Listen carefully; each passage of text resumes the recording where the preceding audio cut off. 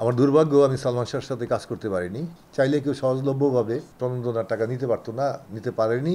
সালম টালম সবাই হাজার হাজার লক্ষ কোটি টাকা নিয়ে গেছে, কিন্তু আমাদের বেলায় বিভিন্ন আমার স্থাবর অস্থাবর সব সম্পত্তি বন্ধক দিয়ে তারপরে ঋণ নিতে হবে। আর তাদের বেলা সব ছিল ছাড়।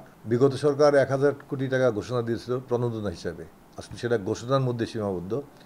সেইভাবে কোনো লোকজন টাকা পয়সা নেয়নি একটি একটি কারণে, মানে মৌখিক বলা ছিল প্রণোদনা দেওয়া হচ্ছে, 1,000 কোটি টাকা দেওয়া হয়েছে, ঘোষণা দেওয়া হয়েছে, কিন্তু এত বেশি আমলাতান্ত্রিক জটিলতা ছিল যে বিশেষ করে ব্যাংকে গেলে মানে এই কন্ডিশন ওই কন্ডিশন এত বেশি রকম কসলানো ছিল যে চাইলে কেউ সহজলভ্যভাবে সে অনুদানের টাকা বা প্রণোদনার টাকা নিতে পারতো না, নিতে পারেনি। এবং সিনেমা হলের যে নির্মাণের জন্য যে মানুষ টাকা নিয়ে হুমড়ি খেয়ে পড়বে সেটা আসলে হয়নি, বেগবান হয়নি। এটা আসলে ছিল একটা মৌখিক ঘোষণা, একটা স্ট্যান্ডবাজি বলবো। ওই ওই ওই আমলের মানুষকে বোঝানো আর কি, যে এই করছি সেই করছি। আসলে মূলত তার পিছনে যে ঘটনা, আপনি ব্যাংকে যদি বলে দেন যে টাকা ঘোষণা করলাম আমি, আপনি এই আইটেম চাবেন, তার যে সম্পত্তি, দেখা গেলো 5 কোটি টাকা প্রণোদন দিতে গিয়ে তার 15-20 কোটি টাকার সম্পত্তি তার কাছে মর্গেজ রাখতে হবে। তো সেটা একটা বিশাল যন্ত্রণা, কারণ আমি নিব 5 কোটি টাকা, যদি 10 কোটি বা 15 কোটি টাকার সম্পত্তি দেই, যদি সিনেমা হলে লোকসান হয় তাহলে তো আমার সমস্ত সম্পত্তি বাজেয়াপ্ত হবে।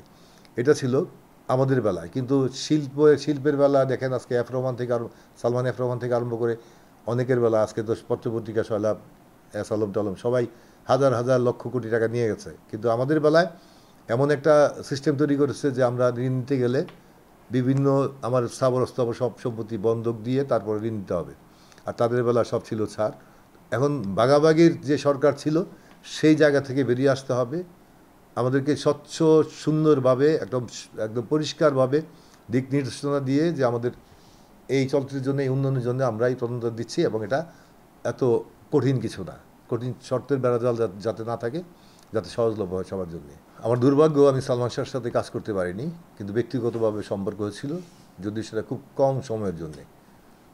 95-96 ওই সময় মারা যাওয়ার আগ পর্যন্ত আমার শিক্ষাগুরু, যে আমাকে চলচ্চিত্রে এনেছেন, আমার মরহুম উস্তাদ বলবো, শিক্ষাগুরু বলি, আবিদ হাসান বাদল সাহেব, ওনার কল্যাণে আমি চলচ্চিত্রে এসেছিলাম, এবং ওনার হাত ধরেই ওনার সিনেমাই ছিল তুমি শুধু তুমি।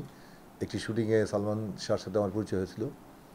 আমি 28 বছরে, আজকে 28 বছর মানে পার হয়ে গেছে, আমি 28 বছরে এই পর্যন্ত কোনোদিনই বলা যায় তাকে বলতে পারিনি, কারণ তার আচার ব্যবহার ভদ্রতা এত চমৎকার ছিল, মানুষের সাথে এত সুন্দরভাবে মিশত, এবং সে নায়ক যে ছিল, সুপারস্টার, সেটা তার মধ্যে এক বিন্দু পরিমাণ ছিল না। কোনো অহংকার বলে কোনো শব্দই তার মধ্যে ছিল না।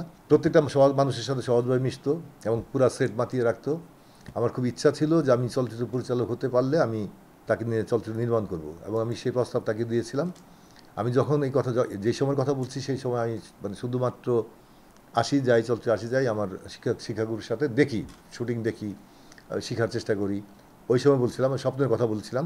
এফডিসির চিরচেনা রূপ যেটা বলি আমরা, আসলে কি, আমরা একটা দারুণ সময় পার করেছি, স্বর্ণালী সময় বলা যায়।